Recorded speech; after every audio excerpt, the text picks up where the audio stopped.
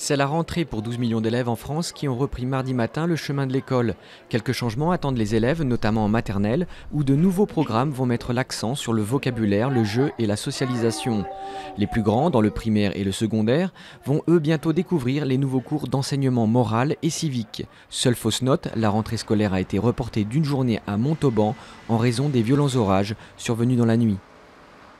We're not acting fast enough. Nous n'avançons pas assez vite, c'est le message du président américain à propos de la lutte contre le réchauffement climatique. En visite en Alaska, Barack Obama a appelé la communauté internationale à redoubler d'efforts sur ce sujet. Le message vise aussi les Américains, les États-Unis étant le deuxième plus gros émetteur de gaz à effet de serre après la Chine. On le craignait depuis des mois et ils l'ont fait. Les djihadistes du groupe État islamique ont détruit le temple de Bel, le joyau de la cité antique de Palmyre, inscrite au patrimoine mondial de l'humanité. Cette destruction a été confirmée par des images satellites prises entre le 27 et le 31 août par les Nations Unies, montrant la disparition du temple et de ses célèbres colonnes. Coup de colère du président ukrainien après les affrontements de lundi à Kiev. Petro Poroshenko a promis de punir les auteurs des violences qui ont fait 2 morts et des dizaines de blessés devant le Parlement.